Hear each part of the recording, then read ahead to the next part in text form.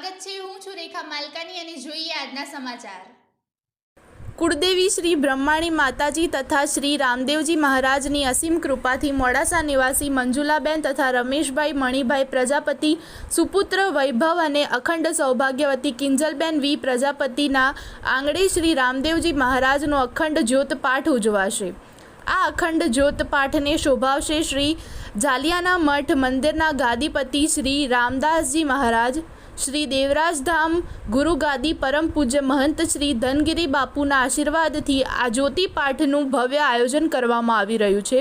સંવંત 2018 ફાગણ સુદ સાતમ તારીખ 6/3/2025 ગુરુવાર શુભ દિને જ્યોત દર્શન અને ભજન સત્સંગનો સૌ ભક્તજનો લાભ લેશે।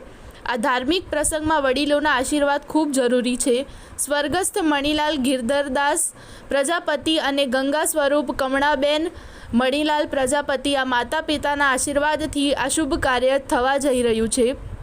સાથે સાથે સ્નેહાધીન રાકેશભાઈ મણિભાઈ પ્રજાપતિ તથા ડૉક્ટર પરેશભાઈ મણિભાઈ પ્રજાપતિનો પણ સાથ સહકાર સાથે છે।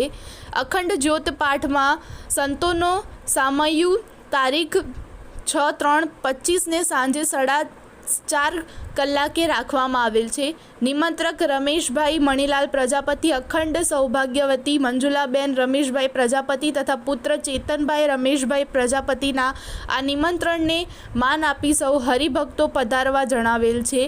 સૌ ભક્તોએ તેમના નિવાસસ્થાન વલ્લભ સદન હોલ પાસે સગરવાડા મોડાસા રાત્રે 10 કલાકે જ્યોત પાઠમાં પધારશે।